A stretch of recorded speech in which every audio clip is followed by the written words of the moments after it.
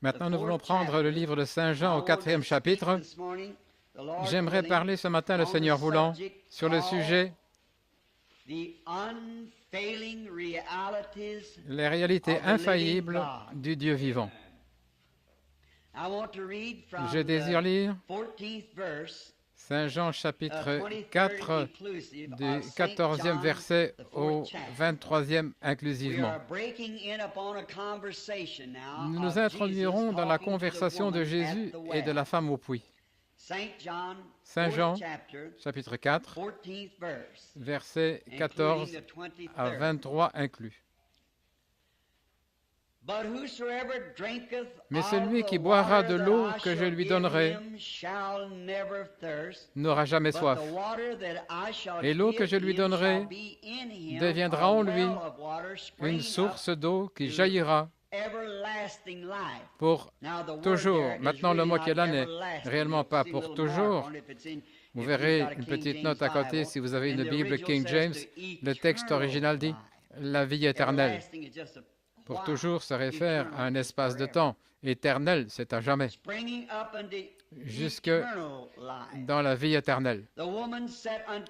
La femme lui dit, « Seigneur, donne-moi cette eau afin que je n'ai plus soif et que je ne vienne plus puiser ici. » Va, lui dit Jésus, « Appelle ton mari et viens ici. » La femme répondit, « Je n'ai point de mari. » Jésus lui dit, « Tu as eu raison de dire, je n'ai point de mari,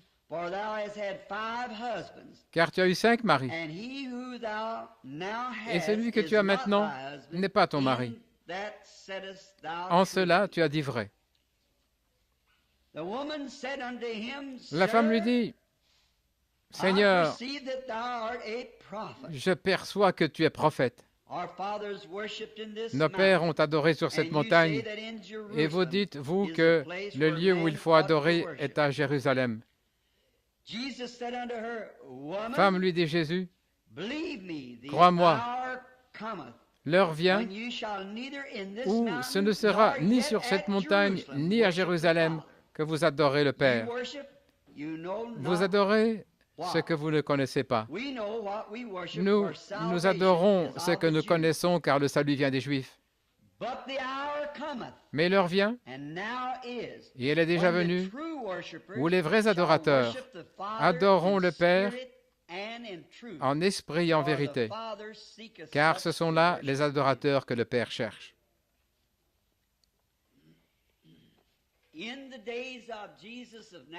Du temps de Jésus de Nazareth, quand il était ici sur terre, marchant dans un corps de chair, il trouva que les gens en son jour cherchaient une religion qui leur apporterait la délivrance. Ils voulaient une religion qui les délivrerait de toute leur méchanceté et de leurs ennemis. Et le christianisme répondait à leurs défis. Le christianisme rencontrait tous leurs besoins et tout ce qu'ils demandaient. Cela mettait au défi les besoins de chacun, mais ils n'ont pas voulu le recevoir. Et on retrouve à peu près la même chose aujourd'hui.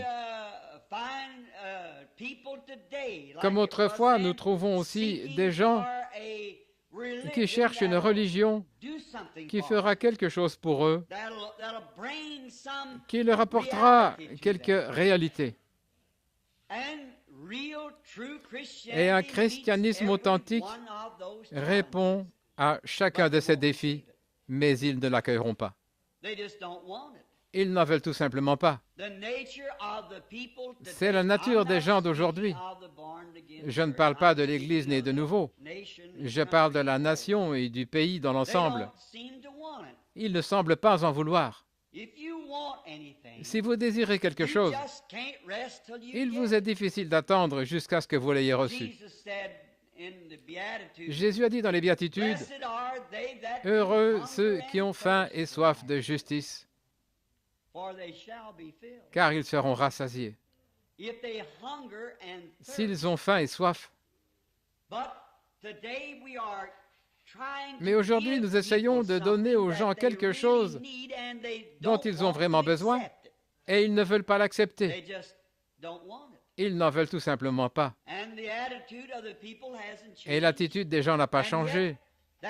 Et pourtant, c'est exactement ce que le monde a besoin aujourd'hui, de la religion de Jésus-Christ. Une délivrance, des choses qu'ils craignent et qui les effraient et dont ils ont besoin d'être délivrés. Du temps qu'il était ici sur terre, une des raisons pour laquelle ils n'ont pas pu recevoir Jésus de Nazareth et croire en lui et obtenir ainsi leur délivrance, c'est parce que c'était trop inhabituel pour eux. Ce l'était. Il est venu avec sa délivrance. Dieu leur avait envoyé la délivrance et cela leur était si inhabituel qu'ils n'ont pas voulu l'accepter parce que ce n'était pas venu de la manière qu'ils recevaient habituellement la religion. Et c'est une situation frappante, similaire que nous retrouvons aujourd'hui et dont le parallèle est saisissant à voir. Les gens d'aujourd'hui se demandent où se trouve le Dieu qui a ouvert la mer Rouge et où se trouve le Dieu qui a guéri les lépreux et où se trouve le Dieu qui a délivré les captifs. Et pourtant, c'est à la portée de leurs mains et ils ne veulent pas le recevoir. Pourquoi? La même raison qu'ils avaient. C'est trop hors de l'ordinaire, c'est inhabituel. En ce jour-là, s'il leur avait présenté des credos ou des rites auxquels ils auraient dû se soumettre, des cérémonies, et ainsi, il les aurait reçus avec joie. Mais parce qu'il a amené cela de la manière qui lui était propre, le peuple l'a refusé. C'est exactement comme aujourd'hui, exactement. Ils le voulaient, mais ils ne veulent pas le recevoir au niveau que Dieu l'apporte. Et c'est la seule manière que Dieu de l'apporter.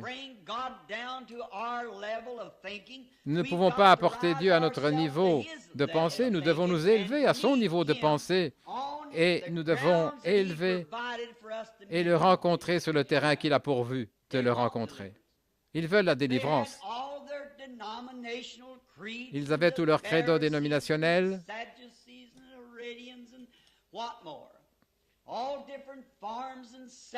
pharisiens, sadducéens, hérodiens et plus encore tous ces différents formalités et sectes, et chacun en particulier avait son credo. L'un ne croyait pas à la résurrection, aux anges et aux esprits, tandis que l'autre croyait à la fois à la résurrection, aux anges, aux esprits, un autre croyait à la manière particulière de se laver les mains et la méthode de s'y prendre, tout comme aujourd'hui. Si nous pouvions ressusciter, si Christ pouvait entrer dans quelque chose comme cela, eh bien les gens seraient heureux de le recevoir. Mais quand il vient, dans la puissance de sa résurrection, pour permettre aux gens de vivre, d'agir et de se comporter correctement, pour changer leurs attitudes, pour changer leur manière d'être, pour changer leur manière de vivre, ils n'en veulent pas. Ils veulent vivre comme bon leur semble. Et ils veulent persévérer dans leur propre voie, mais en étant toutefois très religieux, en allant à l'église, en y étant un membre, en y allant le dimanche ou un autre jour, et avoir un sermon de 15 minutes du pasteur qui fera qu'ils sortiront de là à moitié satisfaits d'avoir accompli leur religion pour la semaine. Comme ça, le problème est réglé. Le reste de la semaine, ils peuvent retourner faire tout ce qui leur plaît. Or, Dieu a promis d'accomplir des choses pour ces jours-ci. Et j'aimerais demander à quiconque, à tout ministre, de partout, de me dire quelle promesse Dieu a faite à l'Église et ce qu'il a dit qu'il ferait, mais que la véritable Église n'est pas en train de le faire maintenant. Mais ils n'en veulent pas. Ils n'en veulent pas. Jésus a amené Dieu aux êtres humains. Dieu s'est fait homme. Quand Jésus est né, Dieu est devenu homme pour pouvoir venir en communion avec l'homme et dans l'homme. Pour quoi? Accomplir un but qui est d'amener à l'homme ce que Dieu est. Non pas ce qu'une Église est, mais ce que Dieu est. Jésus est venu afin de pouvoir présenter Dieu à l'homme. Et l'homme n'en a pas voulu. Aujourd'hui, le Saint-Esprit vient de manière similaire présenter Dieu à l'homme. Mais l'homme désire aller à l'Église. Cela étouffe ses pensées. Il ne peut pas en saisir la profondeur. Et nous devons comprendre que Dieu ne peut pas être connu par une conception intellectuelle. Dieu est connu par une nouvelle naissance, par le Saint-Esprit, et d'aucune autre manière. La Bible nous l'a clairement cité.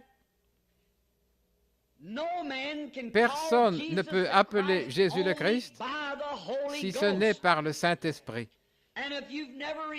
Et si vous n'avez jamais reçu le Saint-Esprit, vous ne savez pas qu'il est le Christ, car c'est la seule manière qu'il se révèle lui-même.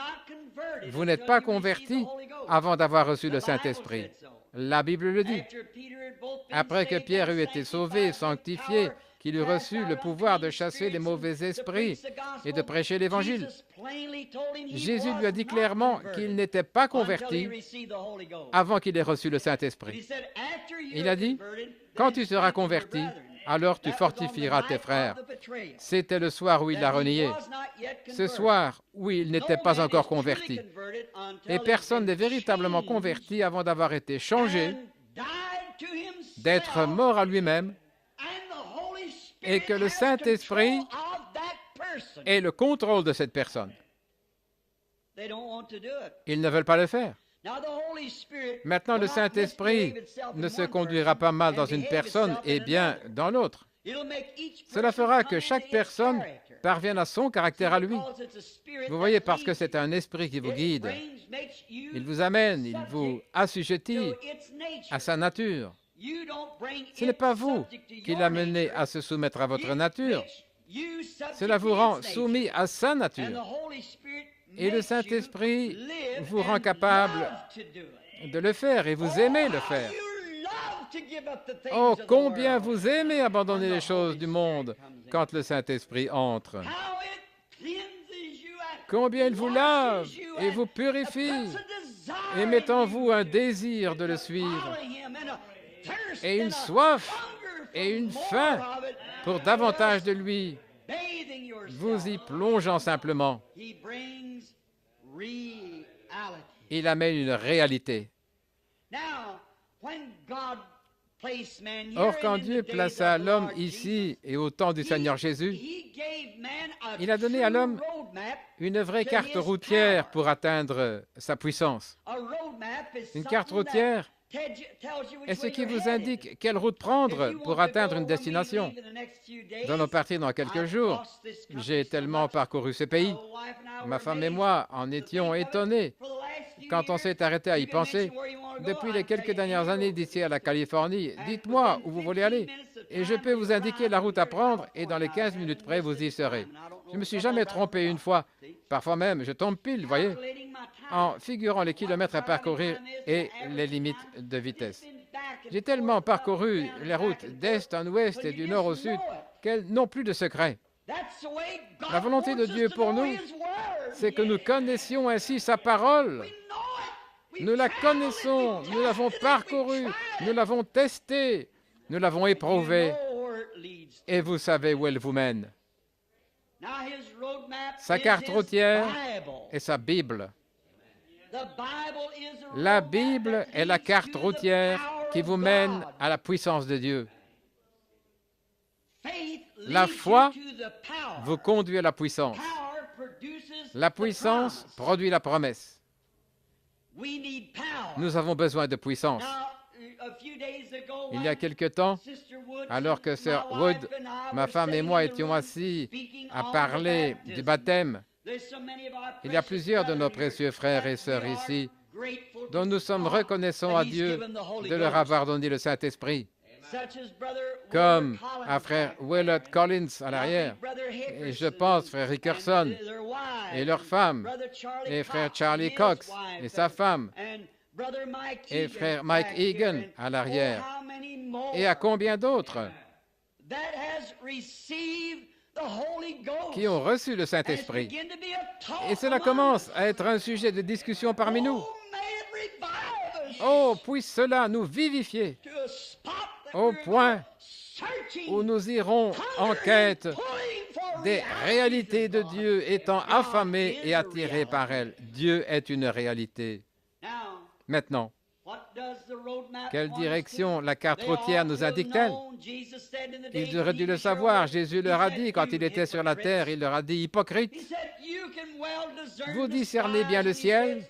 Quand la lumière est basse et que le ciel est rouge, vous dites que le lendemain sera maussade, et s'il est clair, vous pouvez fort bien discerner le ciel. Mais les signes du temps, vous ne pouvez pas les discerner. Si vous m'aviez connu, vous auriez connu mon jour. La Bible n'a-t-elle pas dit que ces choses arriveraient quand il viendrait? Le prophète Ésaïe ne l'a-t-il pas prophétisé? Jérémie, Ézéchiel, tous les prophètes mineurs n'en ont-ils pas parlé? En tout point, cette carte indique vers cette seule destination. Et quand il est venu, ils avaient tellement imprégné leurs églises de credo et de toutes ces choses qu'ils n'ont pas pu voir la réalité de la raison de sa venue, c'est-à-dire d'amener Dieu dans l'homme, de produire Dieu dans l'homme pour les unir ensemble à nouveau. Même Job, quand il était dans l'épreuve, s'est écrié « Oh, si je pouvais seulement le voir !»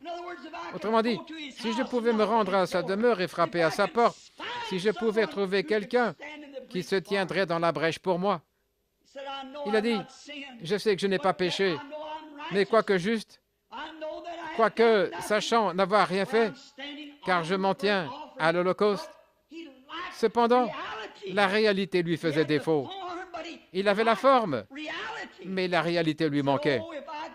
Il a dit aussi seulement, je trouvais celui qui peut mettre ses mains sur un pécheur, un saint Dieu qui lui apporterait des réalités. Lui étant un prophète, assis là en train de gratter ses ulcères comme il était là dans l'esprit, l'Esprit de l'Éternel est venu sur lui, les éclairs illuminaient le ciel, le tonnerre grondait, il s'est écrié « Je sais que mon Rédempteur est vivant et qu'au dernier jour, il sera debout sur la terre. Quand les vers auront détruit ce corps, cependant, dans ma chair, je verrai Dieu. » Vous y voilà, la réalité. Il viendra un jour. Les vieux patriarches des temps passés ont espéré voir ce jour. Et Jésus a dit, si vous m'aviez connu, vous auriez connu mon jour. Il est venu unir Dieu et l'homme. Il est venu celui-là seul. Un ange n'aurait pas pu le faire. Personne n'aurait pu le faire si ce n'est lui seul. Il est venu unifier Dieu et l'homme.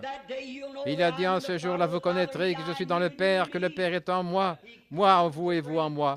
Il est venu unifier Dieu et l'homme, car l'homme avait été fait pour être une aide pour Dieu et être lui-même un Dieu sur la terre. Tout à fait. Mais il a perdu son origine à cause du péché, et le sang des béliers et des boucs ne pouvait pas faire expiation pour ce péché. Mais le sang de Jésus-Christ a pu le faire. Voyez, il montre la carte routière, il l'a prouvé. La carte routière conduisait directement à cela. Si vous aviez connu Moïse, vous m'auriez connu aussi. Si vous aviez connu la parole, Quand Satan l'a rencontré, Satan a tenté de lui faire prendre un détour. Il a pris la carte routière. Satan, il l'a ouverte. Il a dit, tu vois ici, il est écrit. Il a répondu, il est aussi écrit. Oh, il y a beaucoup de contournements. Ici, là et autres. Oh, disent-ils, aussi longtemps que je fais ceci, ce n'est pas ça. Vous devez trouver Dieu dans une relation personnelle et une expérience. Si vous prétendez l'avoir et que vous viviez néanmoins pour le monde, alors il y a quelque chose qui ne va pas. Le diable vous a envoyé dans une impasse avec une fausse écriture. Si nous suivons le tracé et qu'ils vous disent de vous engager sur telle ou telle route, alors prenez cette direction-là. Si Acte 2:38 dit « Repentez-vous et soyez baptisés dans le nom de Jésus-Christ pour la rémission des péchés », ça ne vous fait pas prendre la sortie de gauche. Revenez dans la bonne direction.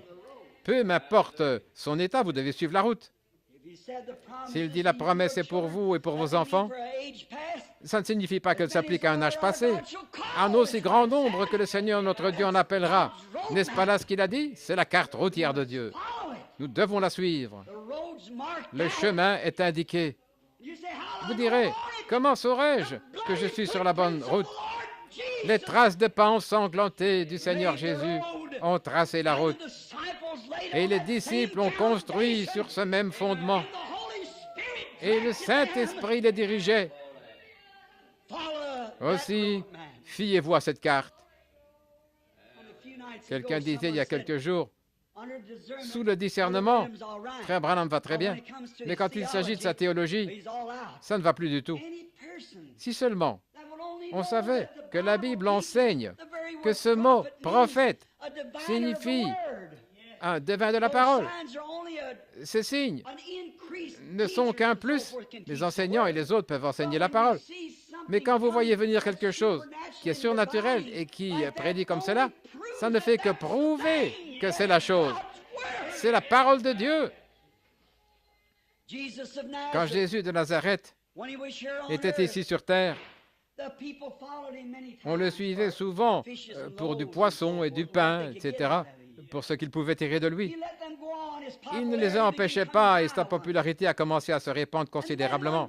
Et puis un jour, après avoir nourri les 5000 personnes de la multitude qui s'étaient assemblées autour de lui, il passa à l'autre bord du lac. Un groupe l'a suivi, l'accompagnait et leur a dit « Pourquoi êtes-vous venus?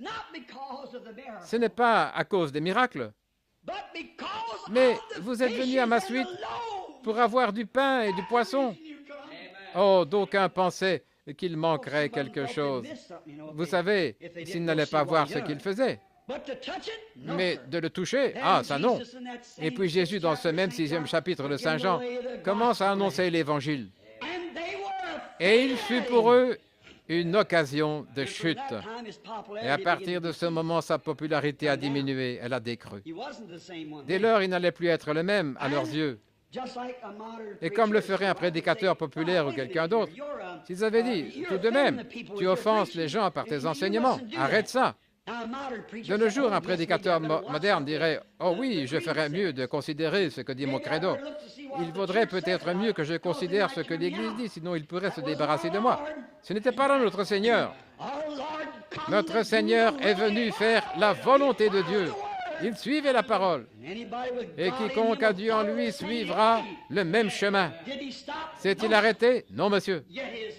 Pourtant, sa popularité diminuait jour après jour. Plusieurs ne marchaient plus avec lui. Ils se tenaient loin de lui. Au chapitre qui suit, d'autres le laissèrent tomber. Au chapitre d'après, il y en eut d'autres encore. À quel endroit était-il rendu? Sur le chemin du calvaire. Mais s'est-il arrêté? Non, monsieur. Il n'a pas fait de compromis avec la parole, jamais. Il ne quitta jamais la grande route. Il resta sur le tracé. Il y avait une route devant lui, et c'est sur cette route qu'il devait marcher. Tout chrétien né de nouveau a une route devant lui. Vous devez suivre cette route. Dieu l'a tracée. Elle est indiquée par le sang. Et l'Esprit demeure toujours dans le sang, parce qu'à travers le sang vient la vie. La cellule de sang est la cellule de vie. Maintenant, nous le suivons et nous voyons de quelle façon la carte nous dirige, nous montre en quelle direction nous nous dirigeons. Cela a toujours été ainsi. C'est le chemin pourvu par Dieu pour nous. La parole est le chemin pourvu par Dieu. Quand un homme en arrive à voir l'Écriture, et qu'à cause de la popularité, à cause de son affiliation à une église, à cause de ses membres qui ne lui permettraient pas de prêcher ça, cet homme ne poursuivra jamais son chemin avec Dieu.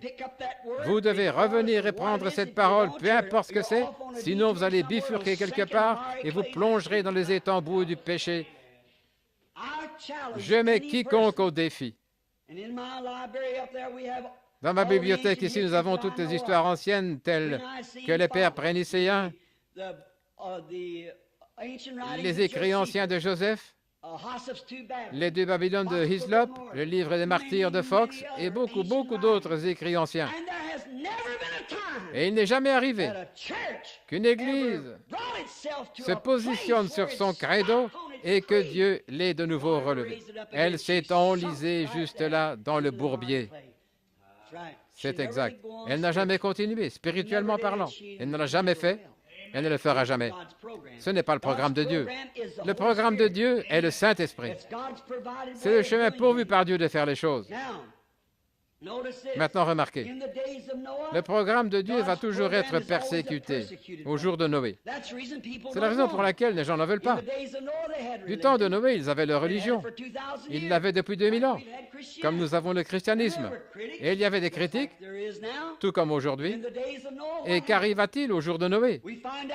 Nous découvrons que Noé s'est tenu dans l'unique porte de l'arche, une arche qu'il avait construite et qui était contraire à toute conception humaine. Il n'avait jamais plu, il n'avait jamais eu de nuages dans le ciel, mais Dieu avait dit qu'il allait pleuvoir. C'était là la parole de Dieu. Dieu avait dit, prépare une arche. Et Noé prépara l'arche, et il s'est tenu dans cette unique porte et a prêché le salut. Et c'est la seule solution pour le salut. Quel type c'est pour aujourd'hui? Il n'y a qu'une porte qui conduise à Dieu et cette porte est Christ. Christ est le Saint-Esprit qui vit en nous. Et nous nous tenons dans la porte de l'arche de Dieu, du Saint-Esprit, et nous prêchons que c'est le chemin, le même tracé par lequel ils ont tous passé. Noé était le chemin pourvu par Dieu.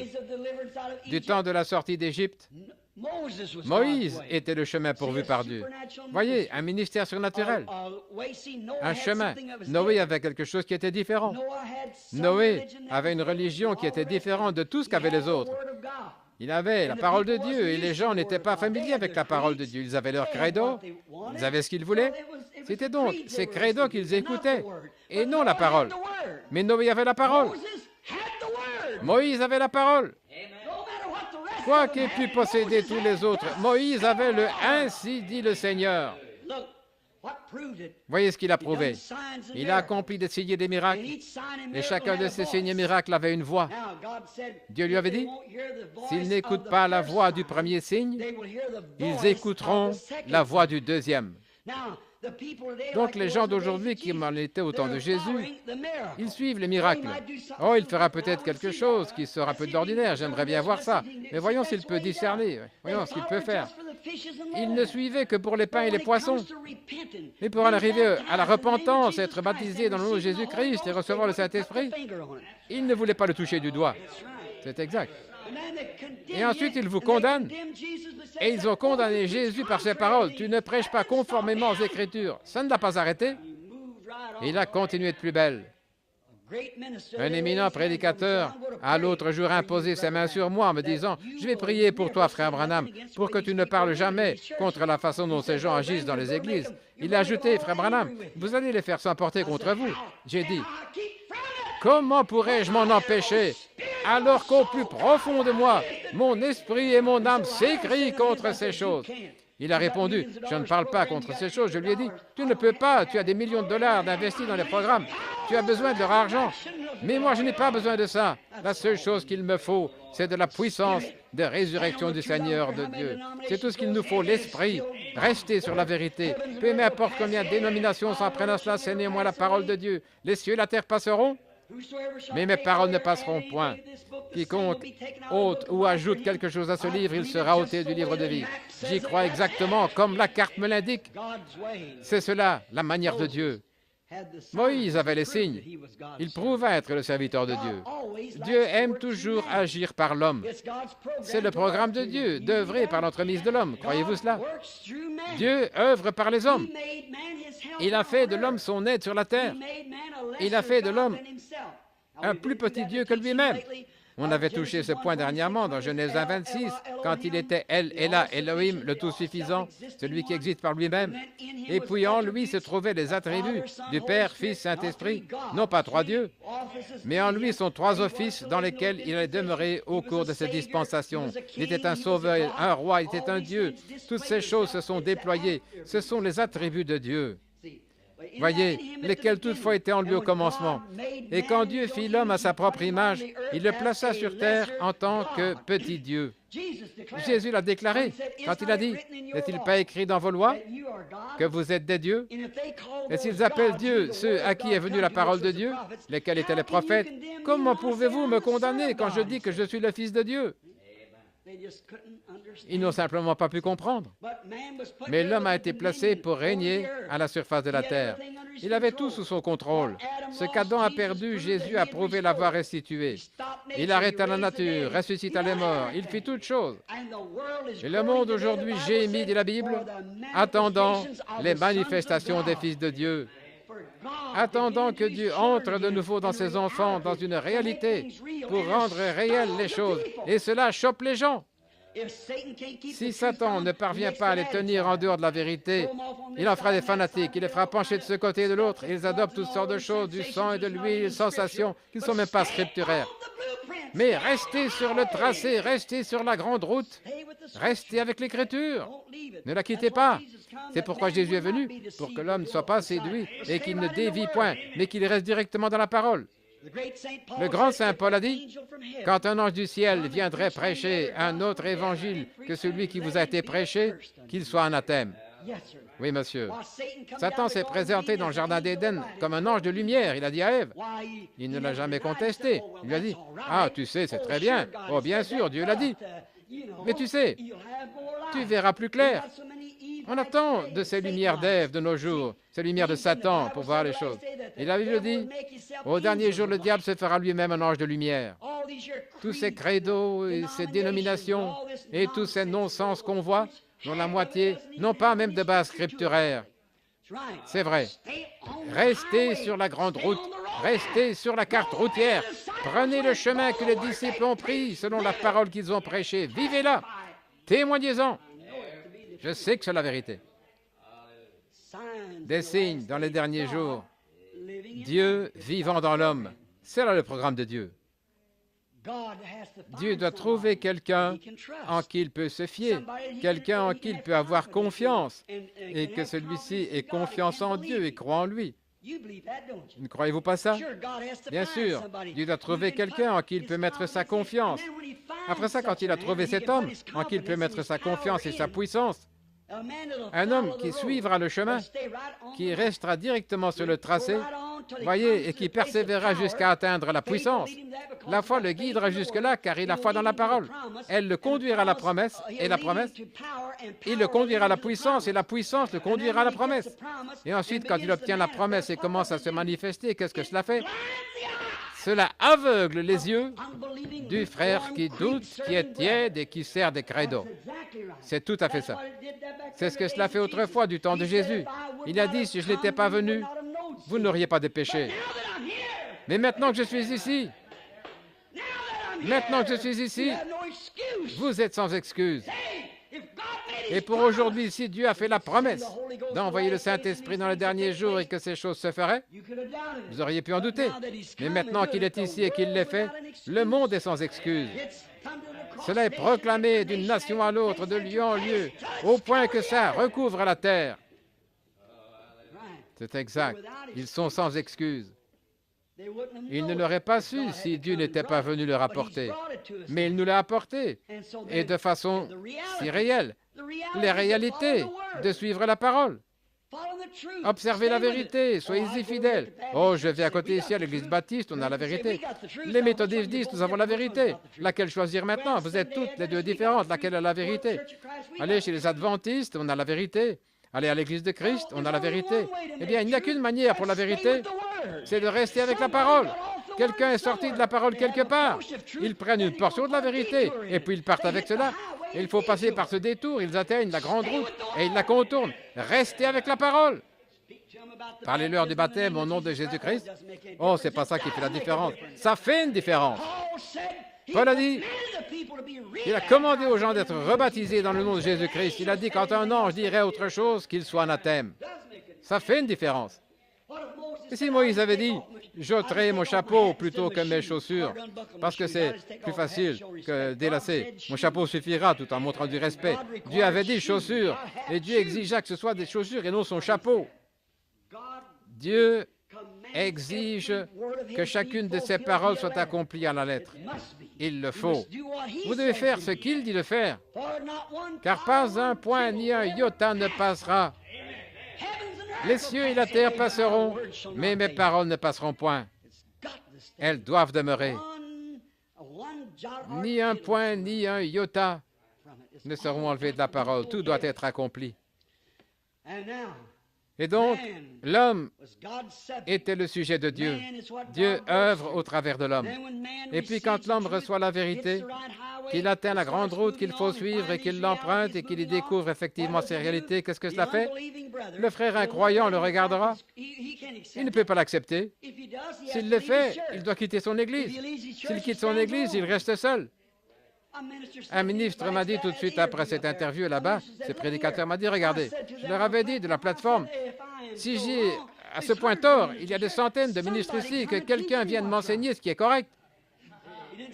Vous n'avez vu personne se lever, n'est-ce pas?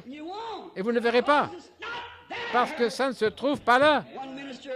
Un prédicateur, un éminent, que je ne nommerai pas, oh, c'est un précieux frère, il s'est présenté en disant, frère Branham, pour ce qui est de votre ministère, oh oui, vous avez toute la place. Mais si nous acceptons ça, notre Église nous laissera tomber, alors où pourrons-nous aller? J'ai dit, dans le lieu de refuge tout suffisant, Jésus-Christ. C'est là où vous irez, allez à Christ. Eh bien, a-t-il dit à notre ministère? Je lui ai dit, votre ministère vaut celui d'un autre. Si c'est de Christ, peu importe où vous devrez aller. Il a dit, eh bien, si je baptisais de cette manière, il me renverrait de mon Église. Et j'ai ajouté, c'est aussi ce qu'ils ont fait avec moi. Et quelle différence? Restez simplement sur la grande route. Suivez simplement le plan. Certainement. Continuez avec ça, peu importe ce qu'ils ont. Saül avait une armée bien formée. Saül avait une grande armée intellectuelle. Il ne voulait pas de Samuel, comme je le prêchais il n'y a pas longtemps. Ils avaient cette importante armée. Oh oui. Et Samuel leur a dit, il les avait rassemblés avant qu'il n'église ce roi. Dieu était leur roi. Et Dieu est notre roi. Pourquoi voulons-nous de quelque chose d'autre en dehors de Dieu? Pourquoi un chrétien voudrait-il quelque chose d'autre que le Saint-Esprit? Je ne sais pas. Je ne peux pas comprendre. Et Samuel les convoqua. Il dit, j'ai quelque chose à vous dire. Vous ai-je déjà dit quelque chose dans le nom de l'Éternel qui ne se soit pas réalisé? Non. Vous ai-je déjà demandé de l'argent? Vous ai-je supplié pour de l'argent? Non. Tu ne nous as jamais supplié pour de l'argent. Et pour ce que tu as dit, l'Éternel l'a accompli. Nous en sommes témoins. Alors dit-il, pourquoi rejetez-vous Dieu en voulant un roi? Vous désirez agir comme le monde. Et c'est ce que le pentecôtisme est en train de faire. Il veut former des géants intellectuels. Il veut sortir la puissance de l'Église. Il veut faire prospérer une dénomination et amener plus de membres. C'est absurde. Et quand vous liez un homme à un credo, quand vous le faites, vous le dépouillez du Saint-Esprit. Il devra se résoudre à faire des compromis quelque part. Le Saint-Esprit poursuivra sa route. Mais l'homme ne le pourra pas à cause de son credo. Bien sûr, Saül avait entraîné son armée. Oh, il avait appris à ses Israélites à manier adroitement la lance et tout le reste. Un jour vint pourtant où Goliath lui a lancé un défi. Et frère, ça demandait plus qu'une formation intellectuelle cette fois. Il a fallu d'un homme qui connaissait le surnaturel. Mais Dieu disposait d'un tel homme. Remercions-en le Seigneur. Dieu a toujours quelqu'un. Toujours. Il disposait d'un homme sur qui il pouvait poser la main. Un petit individu au train rougeâtre là-bas qui ne paraissait pas grand-chose. Mais il s'est présenté, il a dit, « Vous voulez me dire qu'on va laisser ce Philistin incirconcis défier l'armée? Il y avait le vieux Saül dont la tête et les épaules dépassaient tous les autres. Toute sa formation intellectuelle ne lui servait de rien. De fait, les églises ont agi ainsi. Elles se sont éloignées du Saint-Esprit. Elles se sont éloignées de la puissance de Dieu. Elles se sont éloignées de la conduite de l'Esprit. Nous aussi, nous avons les fils de Kish. On vient juste de recevoir un de nos éminents géants l'autre jour de l'Afrique qui s'est fait défier par un mauvais sur les Écritures. Qu'est-il arrivé? Sans vouloir discréditer le fer, il a bu de l'eau comme l'autre fils de Kish. Mais il y avait parmi eux un homme qui savait que Dieu pouvait les délivrer. Et ils y ont mené ce petit David. Il a dit, « Je ne sais pas comment me servir de vos lances, votre formation intellectuelle, mais je sais une chose, je sais une chose. Je suis allé libérer une brebis qui était entre les griffes de l'ennemi, et Dieu m'a permis de la ramener. » Et il a ajouté, « Combien plus me permettra-t-il de vaincre ce Philistin incirconcis? » Ce qu'il nous faut aujourd'hui, c'est d'hommes et de femmes qui veulent une réalité. Alléluia. Non pas un credo, mais une réalité. C'est ce dont le monde a besoin aujourd'hui. Non pas de credo et de mode, mais de réalité en Dieu. Le monde n'en veut pas. Non, le monde n'en veut pas. Il ne veut pas les accepter. Mais l'Église se doit de les avoir. Dieu veut que vous les ayez. Il est le Dieu des réalités. Oui, monsieur. Hier soir, je suis allé avec des amis qui sont ici en ce moment, un groupe d'entre eux. Nous sommes allés voir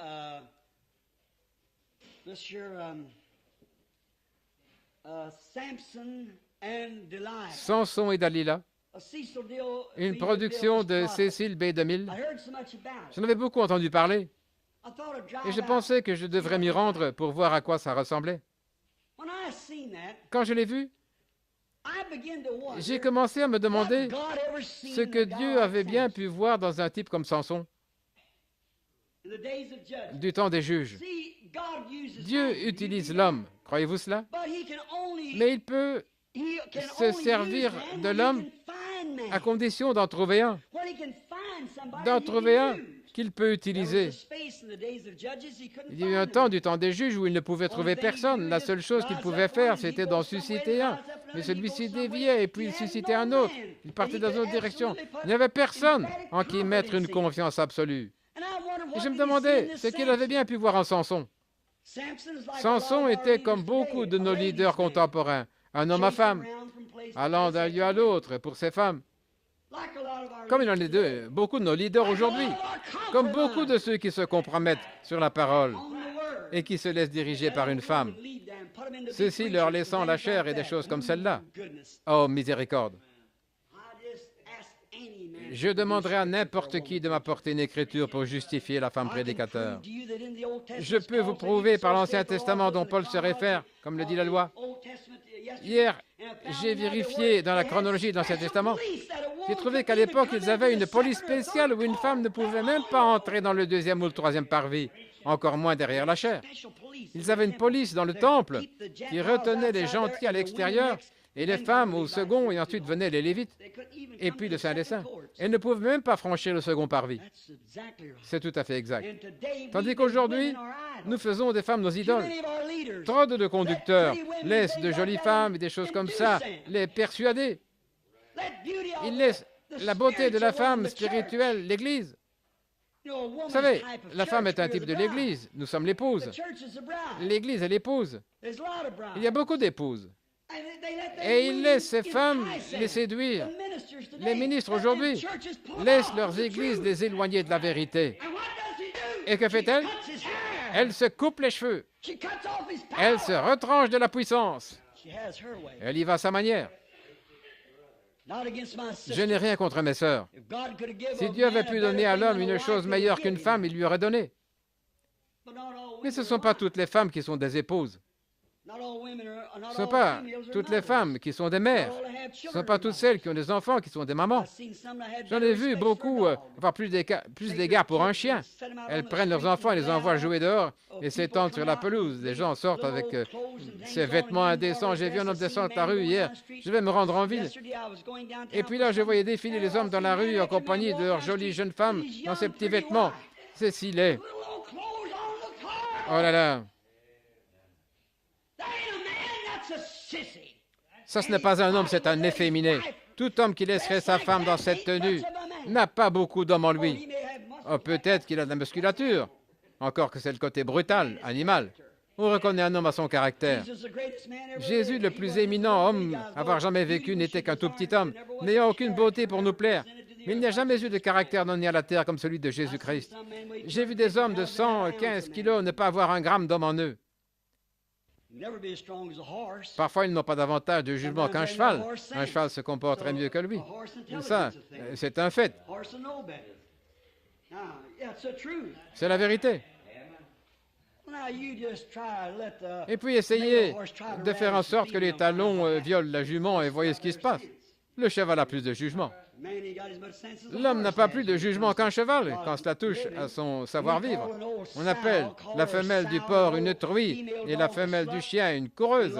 Et malgré tout, beaucoup de ces jolies femmes dans les environs sont plus basses aux yeux de Dieu, 10 millions de fois plus basses qu'une de ces truies ou de ces coureuses. Absolument. Ça semble cru, et c'est aussi la raison pour laquelle les gens n'aiment pas ça. C'est quand Jésus leur parlait clairement qu'ils lui ont tourné les talons. Mais l'heure est venue, et elle a vraiment sonné, où le Père veut qu'on l'adore en esprit, et qu'on marche dans l'esprit, et qu'on vive dans l'esprit, et qu'on dise la vérité. La vérité va toujours libérer ou lier. Si vous êtes lié, c'est que vous n'êtes pas libre. Si vous êtes libre, vous ne vivrez pas ainsi. Vous dites, j'ai le Saint-Esprit, et vous continuez à vivre comme autrefois, quelque chose vous est arrivé. Vous n'avez jamais reçu le Saint-Esprit, comme au jour de la Pentecôte. Il fera de vous un être différent. Je ne crois pas au parler en langue, je ne crois pas à la guérison divine, je ne crois pas en ces choses. Alors vous n'avez jamais reçu le Saint-Esprit comme à la Pentecôte. Certainement pas. Comment avez-vous été baptisé? J'ai été baptisé. De quelle manière? Au nom du Père, Fils, Saint-Esprit? Pas étonnant que vous agissez comme vous le faites. Paul a dit, avez-vous reçu le Saint-Esprit depuis que vous croyez? Il dit, nous croyons déjà, nous sommes baptistes. Acte 19, voyez si ce n'est pas ainsi. Nous sommes baptistes. Nous avons été baptisés par Jean, celui-là qui a baptisé Jésus. Il a ajouté, non, ça ne marchera pas. Si vous voulez un jour recevoir le Saint-Esprit, vous devez vous faire rebaptiser. Peut-être avez-vous reçu quelque chose qui ressemble à ça, quelque chose qui agit un peu comme ça, mais ce n'est pas la chose réelle, parce que vous devez vous faire baptiser au nom de Jésus-Christ. Et après avoir fait, il leur a imposé les mains, et ensuite le Saint-Esprit est descendu sur eux. Ils pensaient l'avoir reçu. Et je veux savoir, ce certain frère qui est dans l'Église, et où que ce soit, qui a dit que le grec original disait, vous recevez le Saint-Esprit quand vous croyez. Je veux que vous sachiez que c'est faux. C'est une erreur. Ni le grec, ni l'hébreu, ni l'araméen ne le disent ainsi. Il a dit, avez-vous reçu le Saint-Esprit depuis que vous croyez, non pas quand vous croyez. Donc, qui que vous soyez, vous savez tout simplement pas de quoi vous parlez, frère. Non. Vous recevez le Saint-Esprit après avoir cru, non pas quand vous croyez. Le Saint-Esprit est un don de Dieu qui vient sur vous, qui vous change et qui vous rend entièrement différent de ce que le monde est et de ce que les autres sont. Vous êtes différent. Vous n'avez pas à vous revêtir d'un habit différent. Vous n'avez pas à porter un col rond et une longue tunique. Vous vivez différemment, vous agissez différemment. La puissance de Dieu est avec vous. Les gens vous reconnaissent. Vous êtes marqués partout où vous allez. Très bien, Dieu connaît les siens. Il met sur eux une marque, c'est cela. Mais vous devez venir à la vérité. Pensez-y, qu'y avait-il dans ce Samson, ce coureur de femmes? Évidemment. Il était arrogant, désobéissant à son père et à sa mère. Ils lui ont dit de ne pas partir avec cette femme, cette Jézabel. Mais il ne voulait pas écouter. Qu'était-ce? Samson était fort. Maintenant, écoutez bien. Samson était disposé à soumettre sa force. Samson donna sa force à Dieu, mais il donna son cœur à Dalila. C'est ainsi que ça se passe aujourd'hui. Combien d'hommes iront dans un séminaire? Oh, un géant intellectuel. Tout apprendre, du grec et tout le reste. Mais quand il s'agira de la vérité, certes, il donnera la force de sa formation au Seigneur. Mais son cœur, il le donnera à l'Église. Et pas à Dieu. C'est le cas des gens aujourd'hui. Ils veulent suivre leur credo. Ils ne veulent pas la réalité du Saint-Esprit. Ils ne veulent pas agir autrement que ce qu'ils ont toujours fait. Mais quand vous devenez un chrétien, vous êtes une personne spéciale, un sacerdoce royal, une nation étrangère, un peuple étranger, qui font des choses curieuses et étranges, inconvenantes pour le monde. Et quand vous êtes dans le monde, vous êtes inconvenant pour Dieu. L'un va à l'encontre de l'autre. L'un vous fait agir comme ils le font au ciel, l'autre comme ils le font sur la terre. Et quand on veut agir comme ils le font sur la terre et continuer dans ces choses et qu'on dit qu'ils vont au ciel, alors quelle déception ce sera! Jésus a dit, il y en aura beaucoup qui viendront à moi ce jour-là, et ils seront des dizaines de millions qui diront, j'appartenais à ceci, j'ai accompli ceci. Il a dit, retirez-vous de moi, vous, ouvriers d'iniquité. C'est un credo que vous avez servi. Si vous aviez été conduits par l'Esprit, les fils et les filles de Dieu sont tous conduits par l'Esprit de Dieu. Ils agissent par l'Esprit, de manière curieuse, étrange. Ils ne dévient point et toutes leurs actions concordent avec la Bible. Leur doctrine entière est selon la Bible. Ils n'en varieront aucunement. Ils se rangeront directement avec ce que dit la Bible. S'ils s'arrêtent un instant, c'est pour sonder les Écritures, afin de considérer la direction à prendre. Ensuite, le Saint-Esprit le révèle et ils s'alignent. Et ils font la même chose, suivent les mêmes règles, posent le même fondement. Celui qui le suit, le même Dieu descend sur lui, et les mêmes prodiges, miracles, les mêmes signes le suivent. Il a dit, quand même, vous ne croiriez pas en l'homme que je suis, croyez du moins aux œuvres que je fais. Si je ne fais pas les œuvres de mon Père, alors ne me croyez pas. Voyez, il y a des œuvres qui accompagnent cette foi. Montrez-moi vos œuvres sans votre foi, et je vous montrerai mes œuvres par ma foi, dit Paul. Qui avait-il en Samson?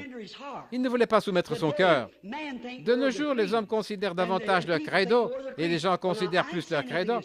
Je ne critique pas les églises. Je parle du pentecôtisme. Cette église-ci tend vers la Pentecôte. Il ne s'agit pas d'une organisation pentecôtiste. Nous n'appartenons à aucune organisation, pas plus qu'on en a l'intention. Nous appartenons à Christ. C'est exact. Voyez donc que la Pentecôte n'est pas une organisation. La Pentecôte est une expérience que les gens reçoivent. Les méthodistes la reçoivent, les catholiques la reçoivent, les baptistes la reçoivent. N'importe qui peut la recevoir, mais c'est une expérience. Et il y a des milliers et des milliers qui s'appellent pentecôtistes et qui même ignorent ce qu'est le premier message de la Pentecôte. Avant de pouvoir commencer sur le bon pied, vous devez d'abord monter sur le bon fondement. Vous devez monter sur le fondement pentecôtiste. Quel est le fondement pentecôtiste? Lors de l'inauguration de l'Église, en ce jour de la Pentecôte, quand ils les ont vus parler en langue, et que la Vierge Marie s'y trouvait et qu'elle se comportait comme si elle était ivre, et que tous les autres titubaient, ils ont dit, mais ils sont tous ivres. Pierre a dit, ils ne sont pas ivres comme vous le supposez, car c'est la 3e heure du jour. Mais c'est ici ce qui a été dit du plan, de la carte routière. C'est ici ce que la carte routière montrait. Joël a dit que nous parviendrions à cet endroit, à cette jonction, dans les derniers jours, les 2 derniers jours, les 2000 dernières années. Je répandrai mon esprit sur toute chair, vos fils et vos filles prophétiseront, et mes serviteurs et mes servantes. Vos jeunes gens auront des visions, vos vieillards auront des songes. Je ferai paraître des prodiges et des signes en haut dans le ciel, et des choses semblables. Ils ont dit, que pouvons-nous faire pour obtenir ceci? Quel genre de fondement vas-tu poser, Pierre? Tu as les clés du ciel. Il a dit, repentez-vous chacun de vous et soyez baptisés au nom de Jésus-Christ pour le pardon de vos péchés et vous recevrez le même Saint-Esprit. La promesse est pour toute génération qui viendra par la suite, pour vos enfants et tous ceux qui sont au loin, en aussi grand nombre que le Seigneur notre Dieu les appellera. Voilà le fondement. Voyez, ils auront étudié. Les garçons iront à l'école pour être un prédicateur, ce qui est très bien. Je n'ai rien contre ça, d'apprendre à être un prédicateur. Mais vous ne pouvez pas apprendre à être un prédicateur. Ce don du ministère est un don de Dieu. Les apôtres avaient pu avoir de l'instruction, ce qu'ils n'avaient pas. Mais Jésus ne les a toutefois pas laissés prêcher avant qu'ils aient reçu le Saint-Esprit. Et quand ils ont reçu le Saint-Esprit, si vous allez au séminaire et que les expériences qu'ils ont eues à la Pentecôte descendent sur vous, Amen. Mais si vous ne sortez qu'avec les conceptions intellectuelles, eh bien, vous savez, si vous n'êtes que maître en grec et maîtresse lettres et tous ces différents diplômes, licence et toutes ces autres choses, et si vous ne sortez qu'avec ces diplômes, vous ne lui donnerez que la force de votre formation. Vous ne donnerez pas votre cœur à Dieu. Dieu veut votre cœur. Oui, monsieur. Il a donné sa force, non pas son cœur. Dieu peut seulement utiliser ce que nous lui donnons. Beaucoup diront, je donne 15 minutes le dimanche matin, et ils diront, frère, si tu prêches plus longtemps, je n'aurai que le choix de me lever et de rentrer à la maison. Eh bien, vous aurez 15 minutes le dimanche matin. C'est tout ce que vous donnez à Dieu. Quelqu'un peut dire, une demi-heure me serait peut-être possible, mais pas davantage. Eh bien, voyez, c'est ce que vous retirez, 15 minutes, une demi-heure. Que pouvez-vous lui donner? Dieu recevra ce que vous lui donnez. Mais Dieu veut tout de vous. Il veut chaque partie de vous. Il veut tout ce que vous êtes. Il veut votre vie. Il veut votre témoignage. Il veut chaque minute de votre vie. Il veut que vous viviez correctement, agir correctement, parler correctement. Il veut que tout lui soit parfaitement assujetti pour pouvoir vous conduire et vous guider et vous établir en des endroits où il veut que vous alliez, conduit par l'Esprit. Mais les gens aujourd'hui disent, bon, attendez une minute, si mon pasteur prêche plus de 20 minutes, j'ai souvent entendu ça. J'ai vu de bons pasteurs être rejetés des églises parce que le conseil des diacres leur avait dit, considérez ceci, mon révérend, que nous vous payons pour être ici, mais on ne vous a jamais engagé à venir nous crier toute la matinée. Nous voulons que vous restiez, mais ce sera désormais d'une durée de 20 minutes.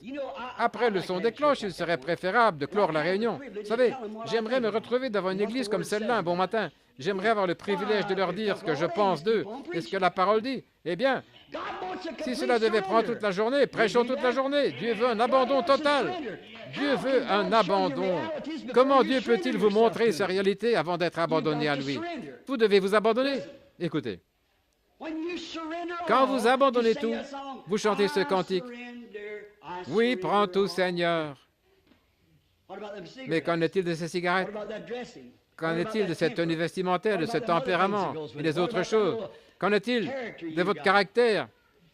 Qu'en est-il de ces idées louches? Qu'en est-il de ces reproches envers ceux qui baptisent au nom de Jésus, alors qu'il n'y a pas de citation dans la Bible où quelqu'un se soit fait baptiser d'une autre manière? Je mets au défi quiconque de me montrer l'endroit où quelqu'un, hormis l'Église catholique, quand elle débuta 300 ans après la mort du dernier apôtre, où quelqu'un ait une fois utilisé le nom de Père, Fils et Saint-Esprit dans le baptême. Venez montrer l'Écriture ou l'histoire. C'est un credo catholique. Il ne vient pas des protestants. Je peux vous montrer dans la Bible où elle prédit qu'ils utiliseraient son nom jusqu'à ce temps et qu'ensuite ils sortiraient avec un faux nom par lequel ils vivent, mais ils sont morts. Je peux vous le montrer par l'histoire. La Bible a dit qu'il le ferait. Voici ce que c'est amené directement sous leur nez et pourquoi les gens ne l'acceptent pas.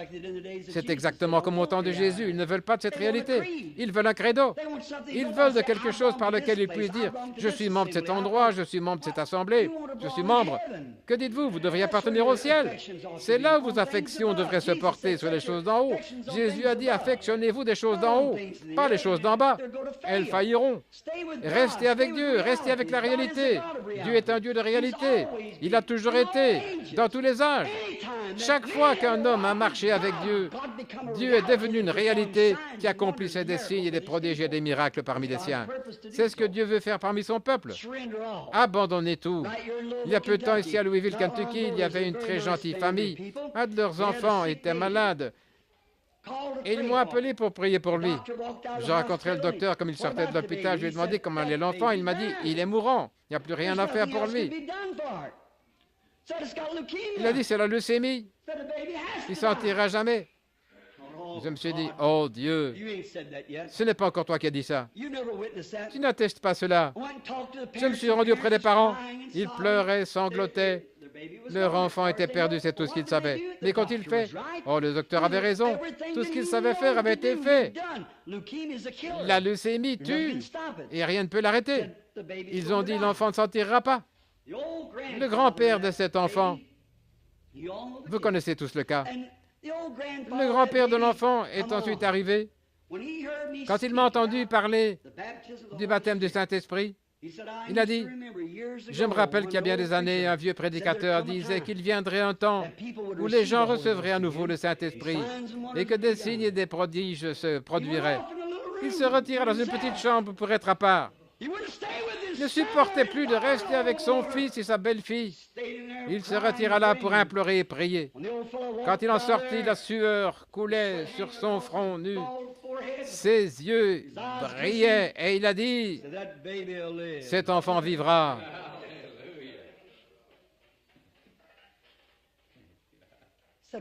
Il a dit quoi?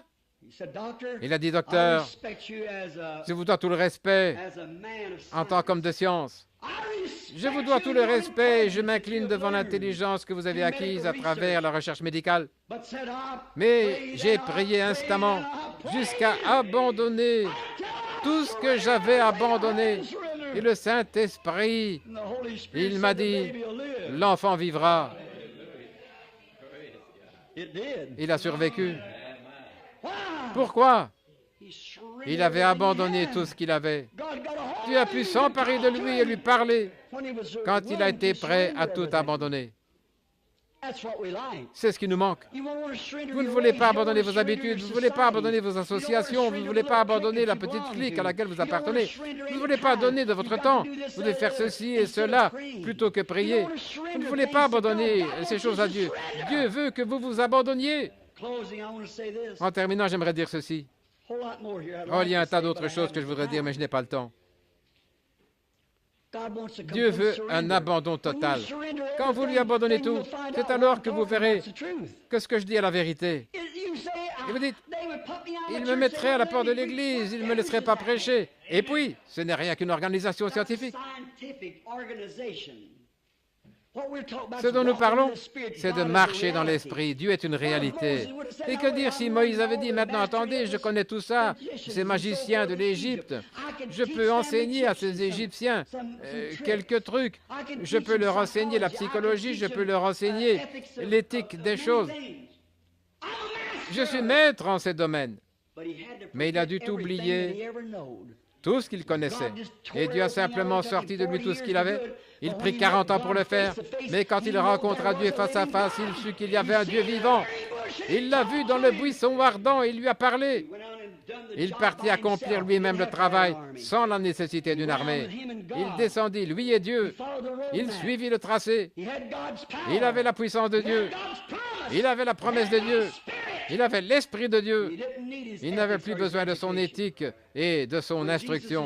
Quand Jésus était ici sur la terre, il s'est mis de nouveau à chercher dans le but de trouver un homme. Il a lâché les honnêtes gens, les instruits et les intellectuels. A-t-il pu trouver quelqu'un? Non, monsieur. Ils l'appelèrent Belzébul, le diable. Il n'a pu trouver personne pour le suivre. Qu'a-t-il fait? Il a dû prendre le mieux qu'il ait trouvé. N'est-ce pas triste? J'ai souvent pensé à ceci. Pour terminer, Église, écoutez ces remarques. J'ai souvent pensé à quel point nous nous privons nous-mêmes, à quel point nous dérobons Dieu à son plan en ne lui abandonnant pas complètement nos vies et tout ce que nous avons. À quel point nous n'avons pas reconnu son programme. À quel point nous nous sommes attardés, nous l'avons fait attendre et attendre et attendre. Lui qui essaye de trouver quelqu'un par qui œuvrer, lui qui essaye de trouver un homme à qui il peut mettre sa confiance, quelqu'un qui est prêt à tout abandonner. Venez d'une façon saine et sensée à Dieu en disant, Père, me voici. Peu m'importe, je suivrai l'Écriture, le plan. Je ne me soucierai plus des commentaires des autres. Je resterai avec cela. En toute sincérité, peu importe ce qu'il m'en coûtera, Seigneur. Après tout, je ne suis rien. Mais je veux que tu me guides. Et que le Saint-Esprit, qui a écrit cette Bible et fait ses promesses, les confirme dans ma vie. Je sens que tu me conduis dans cette direction. Me voici, envoie-moi, a dit Isaïe dans le temple, face aux chérubins qui ont des ailes qui couvrent leur visage, leurs pieds et autres pour voler. Et il prit un charbon brûlant et purifia sa bouche. Ensuite, l'Esprit de Dieu est venu sur lui. Pourquoi ne le pouvons-nous pas? Dieu ne peut trouver d'homme comme cela. Quand il a cherché ses disciples, il est venu vers les siens, mais les siens ne l'ont pas reçu. Il ne pouvait trouver personne, eux qui attendaient sa venue. De nos jours, le monde attend la guérison divine. Mais peu importe combien de guérisons divines vous pouvez accomplir, ils ne vous croiront quand même pas. Tout de suite après avoir laissé tomber Jésus, quand les 70 s'en allèrent, il s'est retourné vers les 12. Il leur a dit, voulez-vous aussi vous en aller? Ils ont dit, où irions-nous?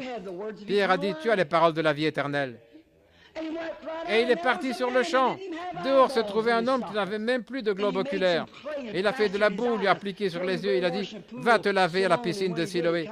Et après cela, il est revenu et a recouvré la vue. Est-ce que ça les a changés? Est-ce que sa popularité s'est accrue? Non, elle a décliné de plus en plus. Pourquoi? Il s'est tenu sur la route.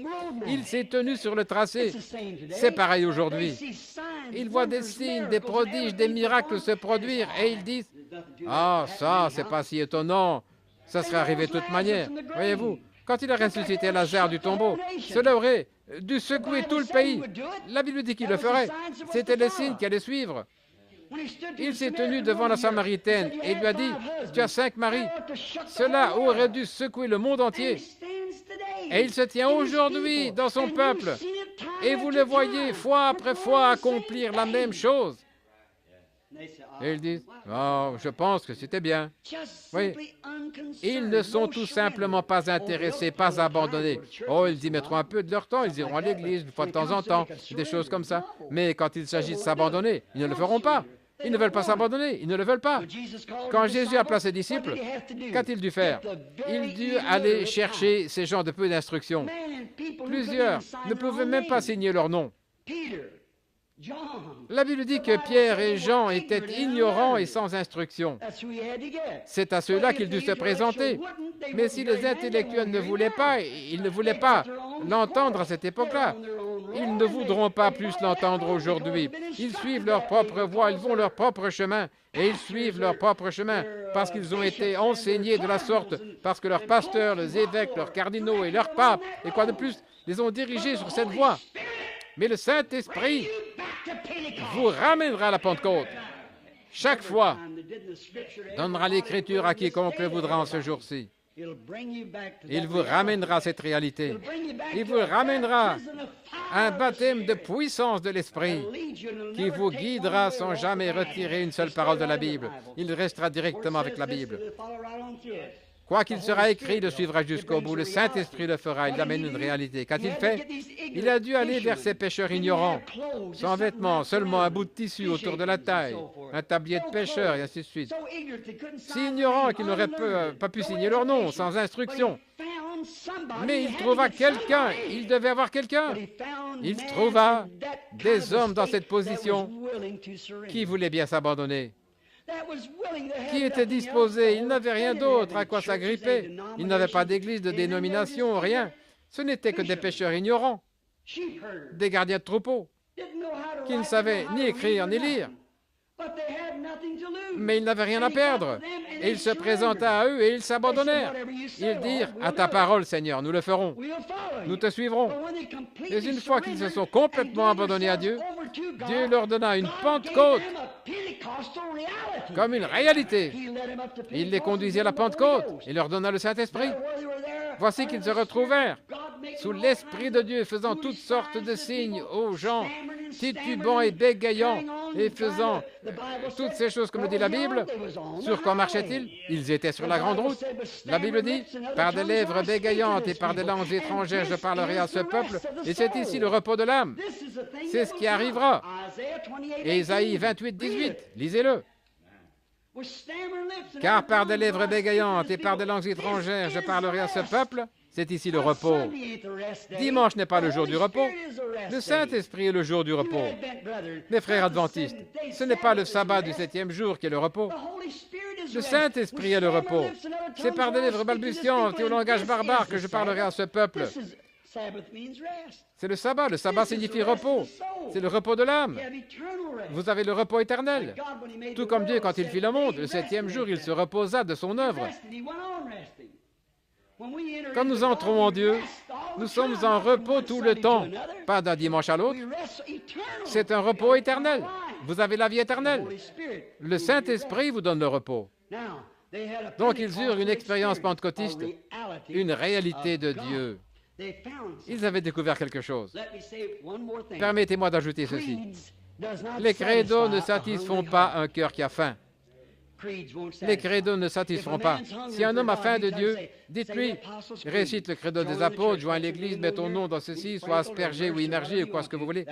Cela ne satisfera jamais une âme qui a faim, car ils ont été prédestinés de Dieu à chercher la vie. Ils étaient une fois des anges. Ils étaient une fois un ange qui n'est pas tombé. Les 2/3 des anges du ciel tombèrent. Ce sont là ces esprits mauvais qui œuvrent parmi les gens. Ils sont très religieux, la Bible le dit. Vous n'avez simplement pas toujours été ici. Vous étiez une fois quelque part ailleurs. Rappelez-vous, le péché n'a pas commencé sur terre. Le péché a commencé dans le ciel quand Lucifer s'en est saisi et l'a commis. Il a dit, je veux une dénomination, produire quelque chose de grand. Ils sont allés du côté du septentrion et il a établi un plus grand royaume que celui de Michaël. Et il fut rejeté du ciel et ses anges, ses esprits. Et c'est pourquoi, quand ce tabernacle terrestre est dissous, nous en avons un autre qui nous attend. C'est pourquoi nos noms ont été placés dans le livre de vie de l'agneau avant la fondation du monde. Tout ce que le Père m'a donné viendra à moi. Comment le pouvez-vous? Vous avez des yeux et vous ne pouvez pas voir, des oreilles et vous ne pouvez pas entendre. Pas étonnant. Toutes ces choses que Dieu avait autrefois promises. Jésus a dit, La bête qui vient sur la terre, l'Antéchrist, étant très religieux, serait si ressemblant qu'il séduirait même les élus si c'était possible. Comment la grande organisation ferait ses débuts et qu'ils auraient d'autres organisations? La vieille prostituée qui a eu des filles, la prostituée qui s'est formée en organisation, et ils séduiront presque toute la terre, et même les élus si c'était possible. Mais ce n'est pas possible. Leur nom est mis dans l'agneau. Ceux qu'il a connus d'avance, il les a appelés. Ceux qu'il a appelés, les a justifiés. Ceux qu'il a justifiés, les a glorifiés. Donc, il n'y en a pas d'autres, voyez, c'est vrai. Vous ne pouvez venir à moins que Dieu vous appelle. Ça ne dépend ni de celui qui veut, ni de celui qui court, mais de Dieu qui fait miséricorde. C'est exact, c'est ce que disent les Écritures. Ils ne veulent pas l'entendre. Pourquoi? Ils sont dans les ténèbres. Ils préfèrent suivre un credo. Ils vous diront, je suis aussi bon que vous. Il n'a rien dit de la bonté pourtant. Personne n'est bon. C'est Dieu qui est bon. Mais êtes-vous prêt à vous abandonner à lui? Voilà de quoi je parle. Êtes-vous prêt à tout abandonner? Cela ne satisfera pas une âme qui a faim. Écoutez, quand Paul, combien savent qu'il était un théologien?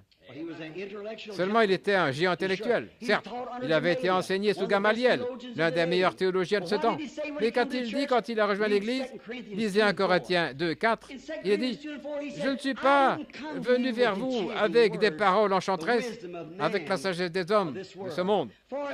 Car s'il était ainsi, votre confiance aurait été fondée sur la sagesse de l'homme, les organisations, les dénominations. Mais je suis venu vers vous dans la puissance du Saint-Esprit, dans les démonstrations. Quelle démonstration? Démontrant des signes et des miracles par le Saint-Esprit. Je suis venu vers vous afin que votre confiance, que votre foi ne repose pas sur la sagesse d'une grande dénomination ou d'une quelconque église, mais sur la puissance du Saint-Esprit et la résurrection de Jésus-Christ. Le plus grand théologien qui ait jamais vécu a dit qu'il avait tout oublié de ce qu'il avait appris afin de trouver Christ. Il dit encore, je ne prêche pas les choses intellectuelles, je prêche la simplicité de la conduite du Saint-Esprit. Et c'est ce que je viens vous prêcher. Il ajouta, je pourrais prêcher autrement, mais mes œuvres ne concorderaient pas avec ce que je dis. Nous verrons si nous pourrons atteindre 1 million de plus qu'en 1944 ou leur slogan. Cette année, tant de membres de plus doivent joindre à l'Église. Il dit, je pourrais le faire. Je l'ai fait si longtemps, mais je ne le fais plus. Je suis venu à vous, non pas avec des paroles enchanteresses et enflées d'un théologien, mais je suis venu à vous dans la puissance et les démonstrations du Saint-Esprit, afin que votre foi soit fondée sur le Saint-Esprit et non sur la sagesse d'un homme. Oh là là! Dieu recherche de tels hommes. Dieu cherche aujourd'hui des hommes faits à sa main comme cela. Il n'y a pas longtemps, à Londres, en Angleterre, j'étais allé faire une petite promenade. Et là-bas, dans les îles britanniques, il y a tellement de monde. Vous y trouvez difficilement un espace qui ne soit pas habité avec des maisons. D'ailleurs, c'est comme en Allemagne. Là, dans ces anciens pays, les sols sont épuisés, ils n'ont qu'un petit jardin. En Allemagne et en ces endroits-là, vous ne trouverez pas une cour arrière avec de beaux gazons tondus et des arbres. Vous allez trouver des tomates et des haricots et des pommes de terre, des choses à manger. Et c'est par la force des choses. Et les terrains sont tellement utilisés que le jeune soldat anglais qui nous faisait visiter nous avait conduits au sommet de la colline, frère Baxter et moi. Et ce garçon, nous sommes arrivés à un endroit qui était un site merveilleux. Il y avait des arbres, des gazons verts et tout. Et j'ai pensé, quel endroit magnifique. J'ai dit à cet Anglais, monsieur, j'aimerais bien vous poser une question. Je vois que votre île est bondée de monde. Pourquoi est-ce qu'une si grande superficie de plusieurs hectares, un magnifique site avec des arbres et une vallée, pourquoi laissez-vous ça de côté et que personne ne vient s'y établir? Il a dit, révérend, je vais vous dire ceci. Il y a environ 200 ans, une épidémie de peste s'est répandue ici en Angleterre. Et il n'avait pas alors de sérum, et les gens mouraient comme des mouches. Les chariots, à ce qu'ils m'ont dit, ils venaient jour et nuit, on ne les enterrait même pas. Le prêtre venait simplement de temps à autre, lever les mains au ciel et prier, puis s'en retournait. Il les mettait tous là dans cette vallée. Il ajoutait, il en mourait des milliers d'enfants et d'adolescents et des adultes et tout. Il les amenait ici. Et une fois que le fléau était passé, ils sont venus jeter de la terre sur eux. Il a dit, vous savez quoi? Depuis ce jour-là jusqu'à aujourd'hui, il ne serait pas question qu'un citoyen anglais creuse ses fondations sur ce qui est advenu ici autrefois. Non. Il n'en est pas question. Il n'élèverait pas sa maison sur un site où la mort a régné comme ça. Je suis resté là quelques instants et je me suis dit, à quoi bon lui dire, il ne comprendrait pas. Mais comment se fait-il qu'une personne soit si sincère quand il s'agit d'une peste qui a frappé 200 ans auparavant, et vous êtes si méfiant et si concerné de prolonger la durée de votre vie que vous ne construiriez pas votre maison sur ce lieu de peur d'attraper la peste. Toutefois, vous bâtirez votre destination éternelle sur un credo qui est mort il y a des centaines d'années, sur une théologie mise sur une étagère là depuis des centaines d'années. Il n'y a rien, pas même une lueur de Dieu là-dedans. Et vous allez y mettre votre nom et votre credo et y rester. Écoutez les amis, ne le faites surtout pas. Sur ce roc, je bâtirai mon église et les portes du séjour des mondes ne prévaudront pas contre elle. Les œuvres que je fais, vous les ferez aussi. Voici, je suis avec vous et même en vous tous les jours jusqu'à la fin du monde. Jésus-Christ le même, hier, aujourd'hui, éternellement. Dieu est un Dieu de réalité. N'allez pas simplement prendre un credo, n'allez pas prendre une sensation, prenez une réalité, prenez un Dieu réel, quelque chose que Dieu est, un Dieu de réalité. Cela vous donne une assurance, cela vous donne l'espérance, cela vous donne la foi, cela vous donne l'esprit, vous donne des signes, des miracles. Cela fait en vous ce que cela fait en Christ, car c'était là le but de sa venue, d'amener Dieu à l'homme et de les faire un. Mais nous avons pris les dénominations et les avons parcourues. Nous avons pris les credos. Et maintenant, nous nous trouvons sur ces routes de contournement. Mais il y a une véritable grande route et un chemin sur la grande route. À vous les frères nazaréens, j'aimerais dire ceci. Vous dites, la vieille grande route bénie. Mais ce n'est pas la grande route. Si vous remarquez bien, il est dit, il y a une grande route et une conjonction et un chemin. Et le chemin est sur la grande route. Ce n'est pas tous ceux qui sont sur la grande route qui iront, mais tous ceux qui sont sur le chemin. Il y a une grande route et, lisez Isaïe 35, il y a une grande route et un chemin. La grande route, un point central au milieu de la route, et c'est du milieu de la route, quand il pleut et la pluie renvoie tous les déchets sur les côtés. Si vous regardez bien, quand un homme se convertit, il fixe son regard directement sur Christ.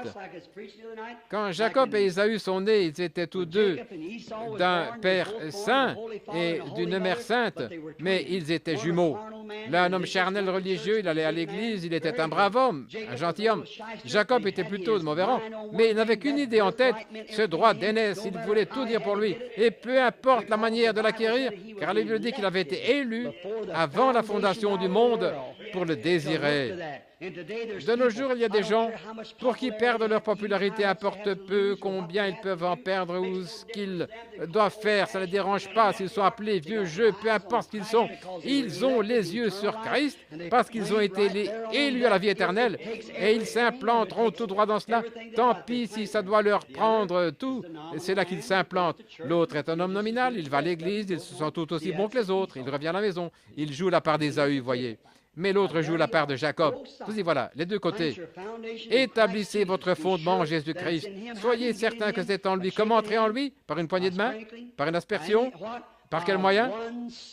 Par un seul esprit, 1 Corinthiens 12. Nous avons tous été baptisés pour former un seul corps, un seul Saint-Esprit, baptisés dans un seul corps, où 9 dons spirituels et 4 offices spirituels reposent. À l'intérieur de ce corps, Dieu a établi dans l'Église des apôtres, des prophètes et ainsi de suite dans l'Église. À l'intérieur, il y a des dons de guérison, des miracles, de parler en langue, de sagesse, de connaissance, qui sont les choses, les signes qui suivent le croyant. Pourquoi accepter? Pourquoi accepteriez-vous? Je ne peux pas le comprendre. C'est pourquoi les gens voudraient se nourrir de mauvaises herbes ecclésiastiques quand le rocher est plein de miel. Je ne peux simplement pas comprendre ça. Courbons la tête. Aimeriez-vous qu'on se souvienne de vous dans la prière? Oh Dieu, accorde-moi le désir de mon cœur. J'aime le Seigneur Jésus. Notre Père céleste, parfois, après la réunion, je suis dans l'étonnement. Pourquoi le Saint-Esprit martèle-t-il constamment l'Église? Comment le fait-il? Bien que ceux qui sont loin de l'Esprit ne peuvent exprimer ce qu'ils veulent, ils doivent dire ce que l'Esprit leur dit de dire. Et l'on voit que dans la Bible, ceux qui martelaient l'or, le marteleur battait l'or et le retournait et le battait jusqu'à ce que toutes les scories en sortent. Et il le martelait jusqu'à pouvoir se refléter dans l'or. Et c'est à ce moment-là qu'il savait qu'il était pur. De même, le Saint-Esprit martèle l'Église, la retourne et la réprimande pour ceci et la réprimande pour cela, jusqu'à en faire sortir toutes les impuretés, jusqu'à ce que la réelle réflexion de Jésus-Christ se reflète dans son peuple, pour qu'ils aient la même vie, les mêmes signes, accomplissant les mêmes miracles que lui, le reflet du Saint-Esprit dans les gens. Ô Dieu, prends mon pauvre cœur, martèle-moi, retourne-moi dans tous les sens que tu voudras, Seigneur, mais permets-moi de refléter Jésus. Laisse-moi le refléter, Seigneur. Puissions-nous tous ici, Seigneur, te refléter, ta vie pleine d'amour, ton obéissance au Père. Nous venons juste de leur dire que tu avais perdu ta popularité quand tu allais guérir les malades. Oh, tu étais grand, les gens venaient te voir. Mais à quelle fin? Pour du pain et des poissons. Et quand tu leur as parlé la vérité de la parole, ils n'ont pas voulu y marcher. Et ensuite, tu as continuellement perdu ta popularité. Tu as continué d'accomplir des miracles, mais ta popularité était à la baisse. Tu es un Dieu de réalité. Tu as toujours été ainsi. Tu ne changes pas. Je prie, Père, que l'Assemblée et tous ceux qui ont levé leurs mains en obtiennent la vision aujourd'hui. Accorde-leur de voir, Seigneur, que ce n'est pas l'homme. Si nous suivons l'homme, nous sommes misérables. Mais si nous suivons gentiment le Saint-Esprit, il nous conduira à chaque promesse de la Bible. Que tout puisse être accompli dans la vie des gens qui sont présents aujourd'hui. Je tiens dans mes mains ici des vêtements d'enfants, des vestons, des mouchoirs, des colis. Il nous est enseigné dans la Bible qu'il prenait du corps de Saint Paul des mouchoirs et des linges, et des esprits impurs sortaient des gens, et les maladies disparaissaient. C'est encore le même Dieu que les gens voient aujourd'hui. Nous savons ne pas être Saint Paul, mais tu es toujours Jésus. Ce n'était pas Saint Paul toutefois, c'était Saint Paul ayant soumis sa vie à Jésus-Christ. Le Seigneur accomplissait d'étonnants miracles, non pas Paul, mais le Seigneur. Maintenant, Père divin, nous croyons que nous savons qu'une chose, bien souvent critiquée, le lavement des pieds, le baptême au nom de Jésus-Christ, l'interdiction de prêcher aux femmes, la croyance dans la sécurité éternelle de l'âme, comme Paul l'enseignait. Il avait dit aux Éphésiens qu'ils étaient prédestinés avant la fondation du monde à être des fils et des filles de Dieu. Il avait dit aux Corinthiens que Dieu a haï Ésaü et qu'il a aimé Jacob avant même qu'il soit né, avant d'avoir eu l'occasion de faire la différence entre le bien et le mal, parce que sa prédestination, sa préconnaissance, lui permet de savoir. Et Père, pourquoi sont-ils agacés par ces choses-là? Le baptême du Saint-Esprit, avec des signes et des miracles comme tu l'as promis. Vu que la Bible dit que tu es le même hier, aujourd'hui, éternellement. Père, ce n'est pas qu'on en veuille se faire remarquer, mais pour être tes serviteurs, il nous faut suivre ta parole. Je prie, Père, que tu permettes aux gens de voir que ce n'est pas dans le but d'être différent ou égocentrique, ou essayer d'endosser la personnalité d'un autre. Nous essayons seulement d'observer ta parole, que chacun le voit, Père. Comme j'expédie cette issue aux malades, que chacun d'eux soit guéri. Puisse ton Saint-Esprit considérer cette démonstration de foi et qu'il s'en retourne guéri. Accorde-le, Père. Bénis Frère Neville, bénis l'Église, bénis l'école du dimanche, les enseignants, bénis tous les pasteurs ici, bénis les visiteurs qui sont parmi nous. Seigneur, aide-moi. Je dois maintenant filer pour arriver à temps là-bas, pour consoler une famille éprouvée. C'est environ 240 km ou plus. Et j'ai peu de temps pour m'y rendre. Sois avec moi, Seigneur. Aide-moi. Jamais, jamais je n'aime prêcher le service d'un disparu, si ce n'est de donner à ceux qui s'y trouvent une occasion de te recevoir. Oh Dieu, accorde-moi ceci, que beaucoup de ces pauvres gens du Kentucky marchent humblement cet autel cet après-midi dans cette église méthodiste et qu'ils te donnent leur cœur. Accorde-le, Seigneur. Fais-nous maintenant miséricorde, bénis-nous tous, guéris les malades et sauve les perdus. Nous le demandons dans le nom de Jésus. Amen. Je vais demander à Frère Neville de prendre la réunion pour le temps qui reste. Je ne sais pas ce qu'il fera. Et priez tous pour moi et je vous reverrai plus tard. Que Dieu vous bénisse, Frère Neville.